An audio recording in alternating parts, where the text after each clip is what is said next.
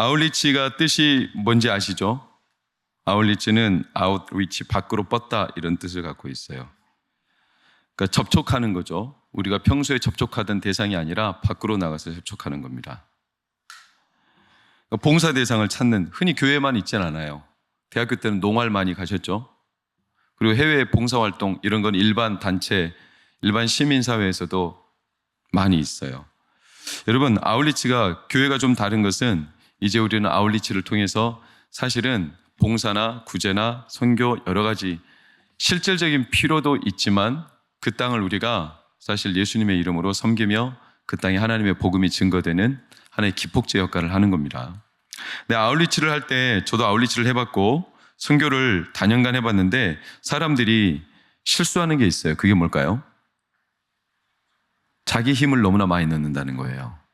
아울리치 하는 팀들, 흔히 비전 트립, 우리나라의 비전 트립이 굉장히 흥왕했던 적이 있었죠. 요즘에는 많이 사라졌는데, 비전 트립이 굉장히 한국 교회가 막 붐이 일어날 때는 비전 트립 안 가는 교회는 선교를 안 하는 교회로 쳤어요.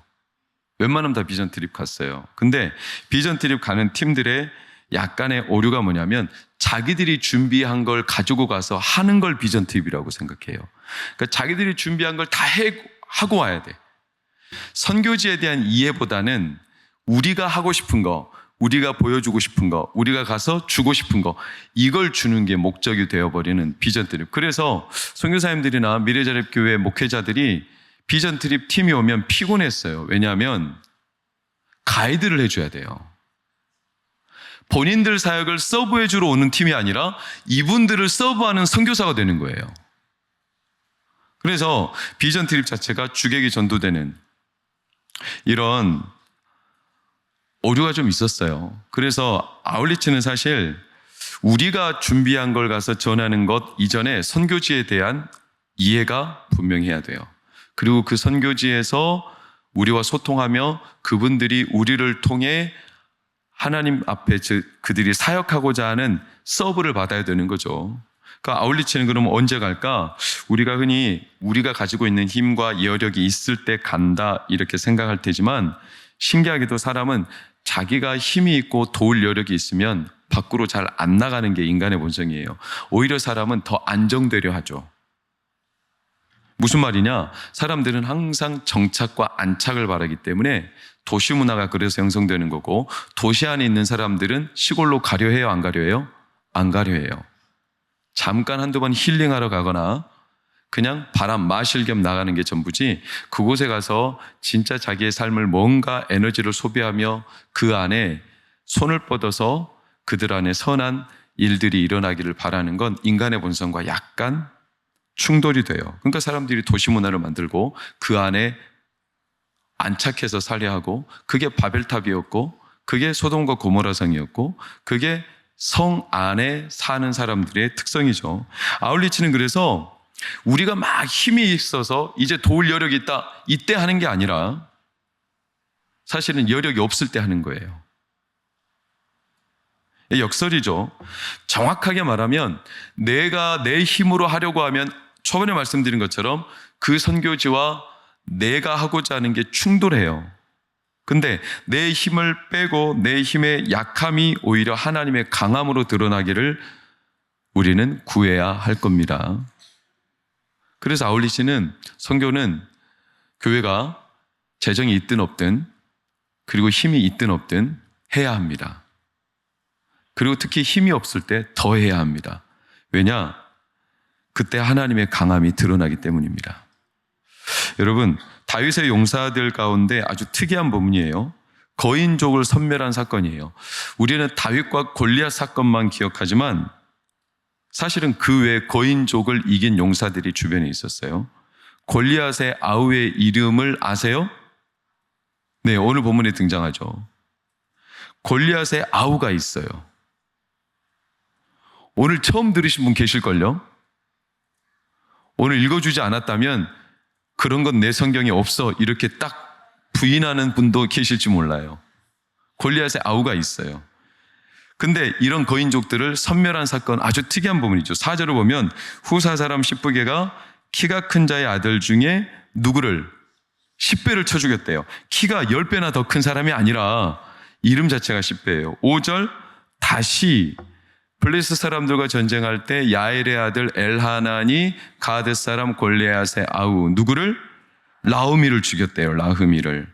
6절 7절을 보면 또 그곳에 키 큰 자, 이 사람은 이름은 등장하지는 않는데 손과 발에 가락이 몇 개씩?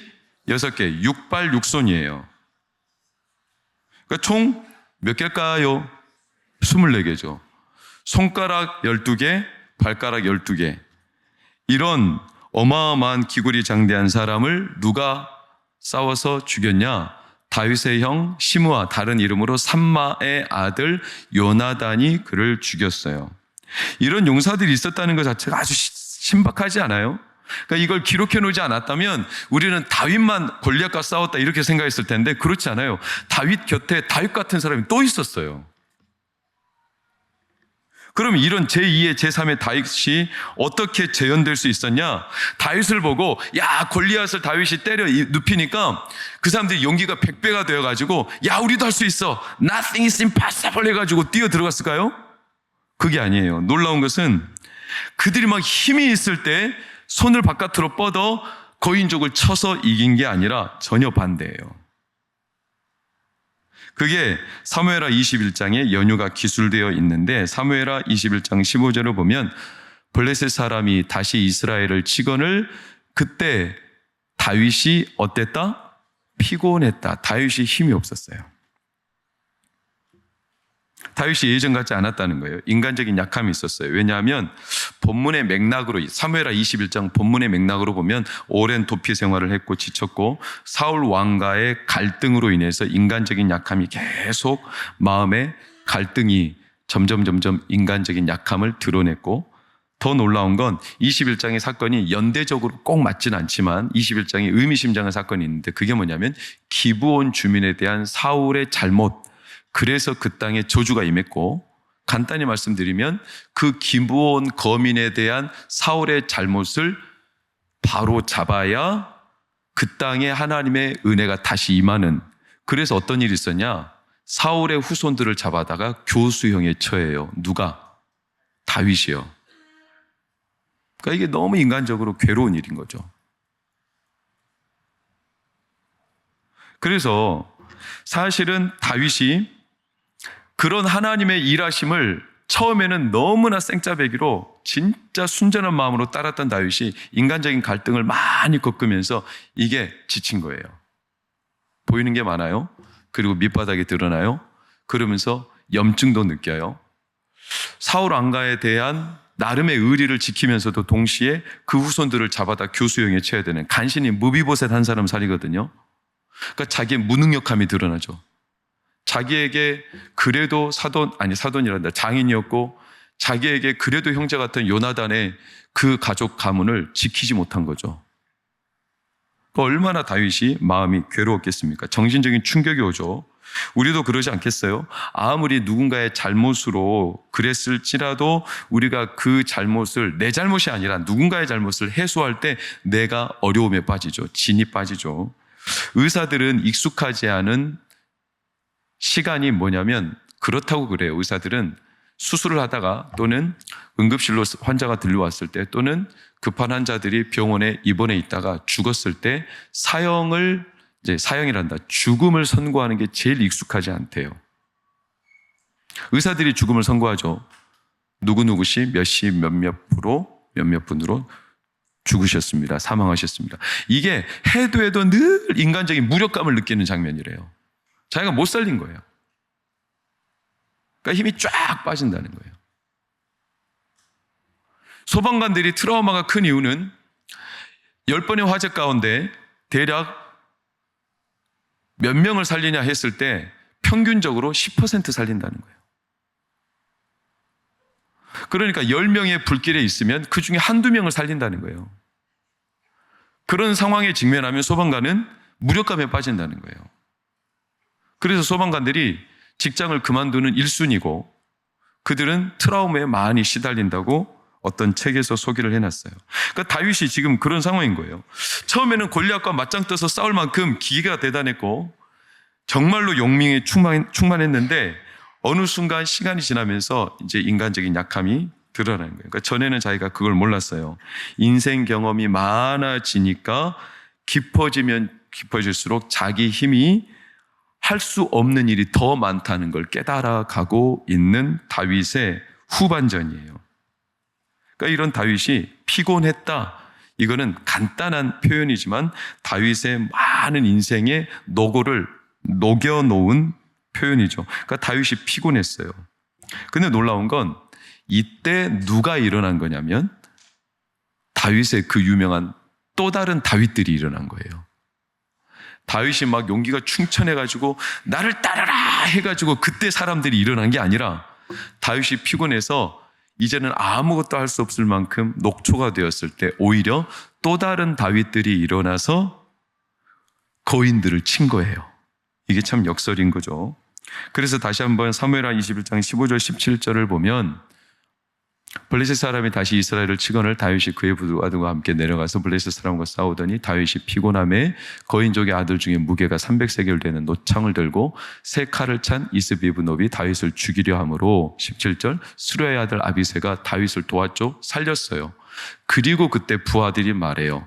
우리와 함께 다시는 전쟁에 나가지 마십시오. 제일 아래 빨간색 한번 읽어볼까요? 시작. 이렇게 간곡하게 부탁을 드려요. 여러분 놀랍지 않습니까? 그 뒤에 오늘 4절을 보세요. 4절 빨간색 4절 시작. 이후에 이게 이제 바로 그때예요. 어떤 후에?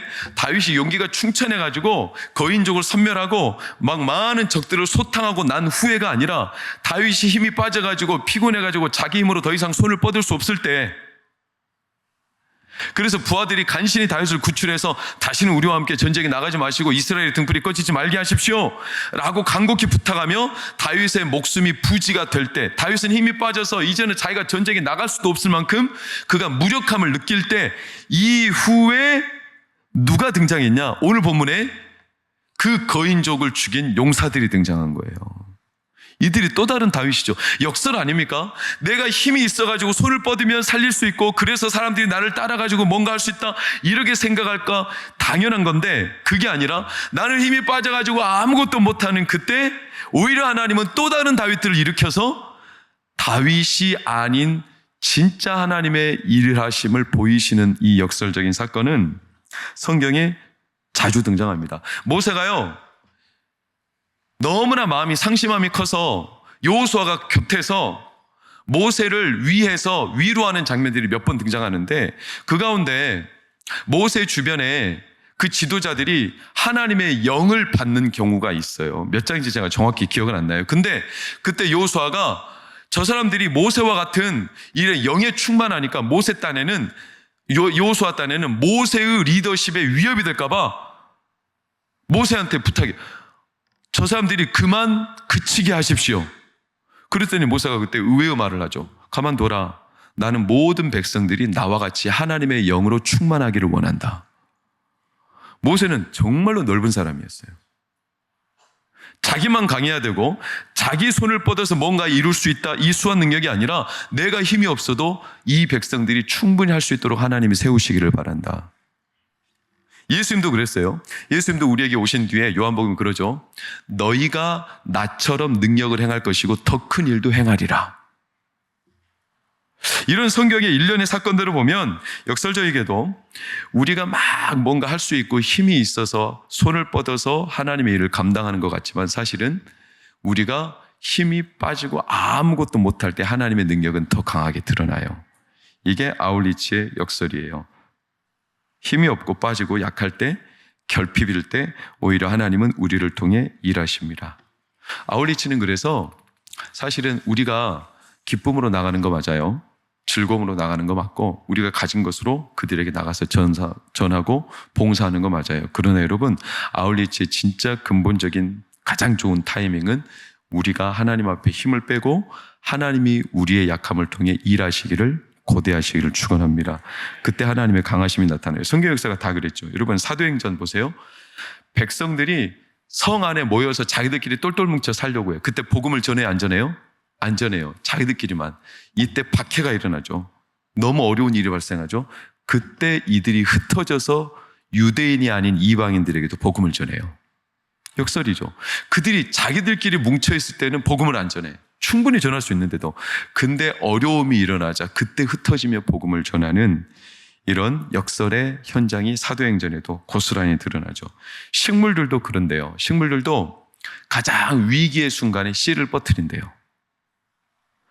정말로 식물이 비가 많이 오고 풍요로울 때는 씨를 뻗트리지 않는데요. 왜냐하면 자기 혼자 충분히 물을 먹고 마시는데 아무 이상이 없어. 씨를 퍼뜨릴 절박함이 없어. 근데 물이 말라가지고 자기가 생존하지 못할 때 어떤 책에 이렇게 써 있어요. 물이 부족해야 땅속에 있는 물을 찾기 위해서 뿌리가 안간힘을 다해 뻗어갑니다. 그래야 꽃도 피지요. 화초가 꽃을 피우는 이유가 종자를 번식하기 위함인데 물이 부족해서 위기를 느껴야 종자를 번식할 생각을 하는 것이지요. 위기가 오니까 그제서야 손을 뻗어 종자를 번식하는 식물의 세계도 우리와 다를 바 없어요. 우리가 정말로 일을 하다가 결과가 없으면 부질없다는 말을 하죠. 여러분, 부질없다는 단어가 어디서 온 줄 아세요? 아시는 분들은 아실 텐데, 부질없다가 PPT로 부질없다죠. 이게 원래 어디에서 온 거냐면 그 다음을 보면 읽어볼까요? 시작. 불질없다에서 온 단어래요. 그럼 불질이 뭘까요? 대장간에서 철을 만들 때 불질을 말해요. 철을 만들 때 불로 뜨겁게 달구죠. 그 다음에 어디다 담그죠? 물에 담금질하죠. 그리고 꺼내서 뭘로 두드리죠? 망치로 망치질하죠. 이 세 단계, 불질로 뜨겁게 데운 다음에 물질로 담그고 그리고 망치질로 또 두드리고, 이걸 반복하는 거예요. 그래야 철이 어떻게 되죠? 단단해져요. 물렁하지 않아요. 이때 불질을 말해요. 근데 불질을 안 해버려. 그럼 철이 어떻게 될까요? 물렁해져요. 단단하지 않아요. 그래서 불질없다, 부질없다, 무슨 뜻일까요? 불질, 힘들지 않으니까, 어렵지 않으니까, 위기가 없으니까, 불질이 없으니까 더 물렁해져 버려요. 그래서 열매가 없어요. 편한 게 좋아. 그래서 하나님 때때로 우리한테 불질을 하시는 거예요. 부질없는 인생 되지 말라고. 오히려 더 어려울 때 하나님 일을 하게 하셔요. 나는 열심히 한다고 했는데 하나님이 고난을 주실 때도 있어요. 왜냐? 그때야 비로소 하나님의 강함이 드러나요. 그럼 우리 인생은 부질없는데 놀랍게도 그 부질없는 우리 인생의 허망함에 하나님의 강함이 드러나면 우리는 우리의 부질없음이 다 깨져버리고, 내가 약하고 아무리 부질없는 인생이라도 하나님이 일하시는구나, 이걸 절실하게 깨닫는 순간이 그때 온대요. 그게 가나안 땅이었어요. 가나안 땅은 결핍의 땅이죠. 사방에 강대국이 있었어요. 이집트, 그리고 아수르, 바벨론. 그러니까 무역의 전략적 요충지였으니까 강대국들이 가나안 땅을 차지하기 위해 사방에서 공격해 들어오는 게 가나안 땅에 현존하는 의미였어요. 그러니까 가나안 땅에 전쟁이 그렇게 많았던 이유가 강대국들이 차지하려고. 그러니까 이 가나안 땅에 살던 이스라엘 백성들은 이 불질 때문에 누구를 바라봐요? 하나님을 바라봤던 거죠. 저는 우리나라가 비슷하다고 봐요. 우리나라는 강대국에 끼어 있죠. 대륙의 한 귀퉁이에 있고 미국과 일본과 중국과 러시아, 이 수많은 강대국들 틈바구니에 우리는 평생 이 나라가 생존해 왔어요. 그러다 보니까 이 나라는 가나안과 비슷해요. 하나님 붙들어야죠. 이게 우리 한국에 대한 하나님의 뜻이기도 해요. 그게 풍전등화 같은데 우리가 할 수 있는 게 뭐가 있을까 싶은데, 우리가 그럴 때일수록 몸을 사릴 게 아니라 오히려 더 전도해야 되고, 더 힘이 없다고 해서 내 안심을, 내 이렇게 내가 더 안정을 구해야지 이렇게 할 게 아니라, 오히려 우리가 힘이 없을수록 더 하나님의 강함을 믿고 우리가 도전적으로 손을 뻗어 나가면 하나님이 일하실 줄 믿습니다. 그게 아울리치죠. 우리는 이런 때일수록 더 나가야 합니다. 더 전도해야 합니다. 더 기도해야 합니다. 모이기를 힘써야 됩니다.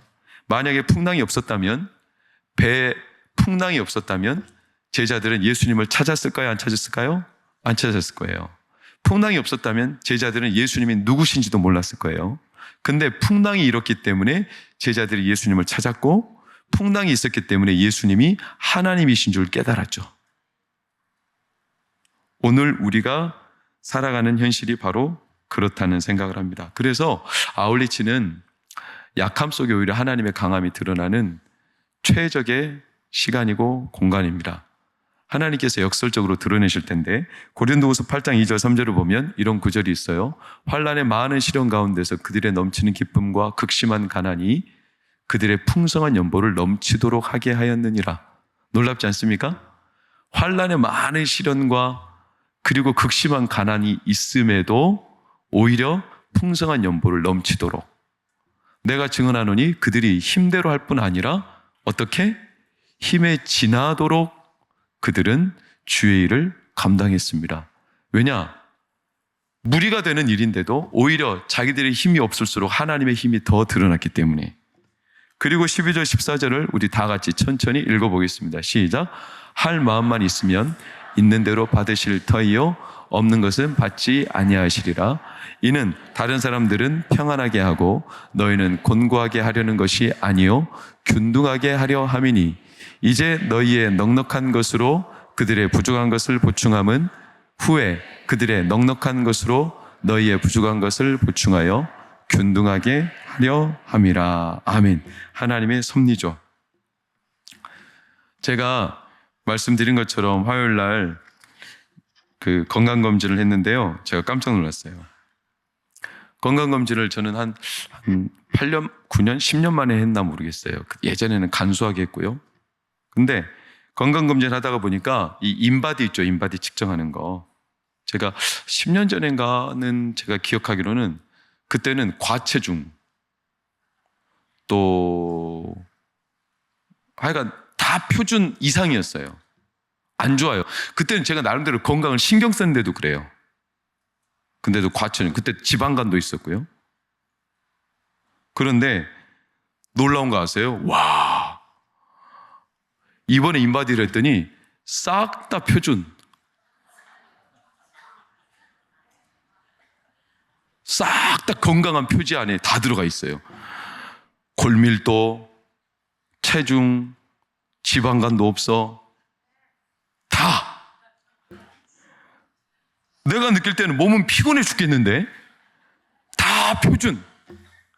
왜 그런가 생각해 봤더니, 제가 몸은 피곤하고 약하지만 나보다 더 약한 자를 도우려고 간병을 열심히 했더니 하나님이 어느 순간 나를 다 표준으로 만들어 주셔버렸어.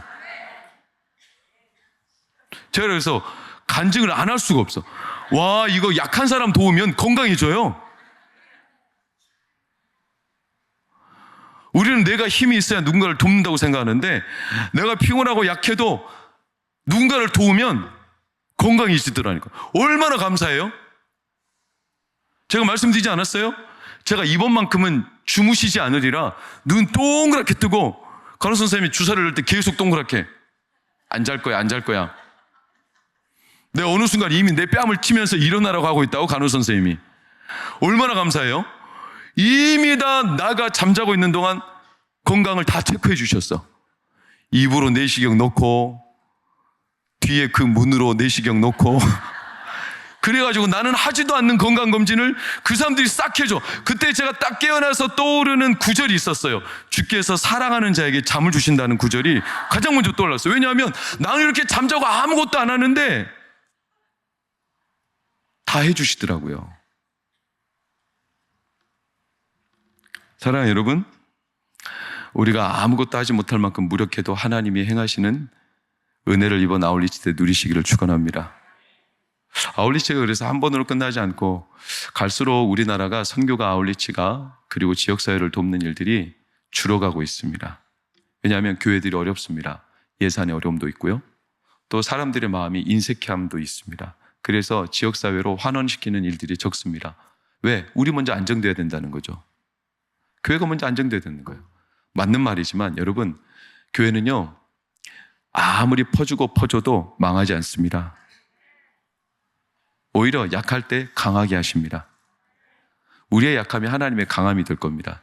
그러니 사랑하는 아울리치 팀, 이번에 어려운 상황에서도 가시는 여러분들 축복합니다. 가시는 거 감사합니다. 어려운 시간 쪼개내어서 그 어려운 지역, 또 교회 목회자들, 그 지역 성도들, 그 지역 주민들을 섬기시는데, 이번에 우리가 가진 힘이 아니라 하나님의 힘이, 하나님의 주시는 그 부유한 공급이 저나 여러분에게 내가 이렇게 약하고 할 수 있는 게 없어도 하나님이 하신다는 이 선명한 하나님의 아울리치를 마음껏 누리는 은혜가 있기를 축원합니다. 기도하겠습니다. 하나님, 아울리치를 떠나는 우리 1교구, 2교구, 3교구, 4교구, 5교구, 6교구를 축복하여 주옵소서.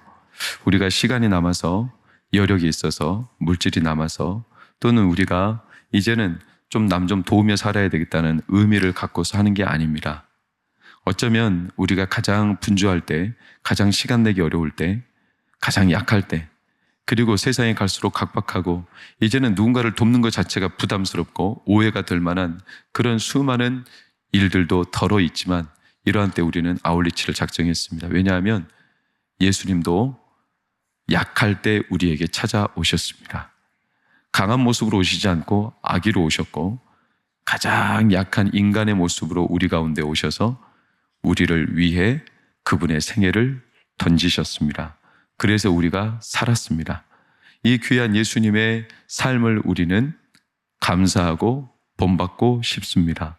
더 나아가 우리의 삶을 통해 우리가 곤고한 자가 되는 것이 아니라 더 부유한 자가 되게 하실 하나님을 확신합니다. 아울리치를 통해 우리 동광교회가 더 많은 하나님의 풍성한 은혜를, 부유한 공급하심을 누리게 하여 주시옵소서. 떠나는 모든 지역마다 그 교회 지역 주민들이 위로받게 하시고, 우리 성도들 참여하고 난 뒤에 하나님께서 공급하시는 하나님의 은혜를 마음껏 누리도록 복 주시옵소서. 예수님 이름으로 기도합니다. 아멘.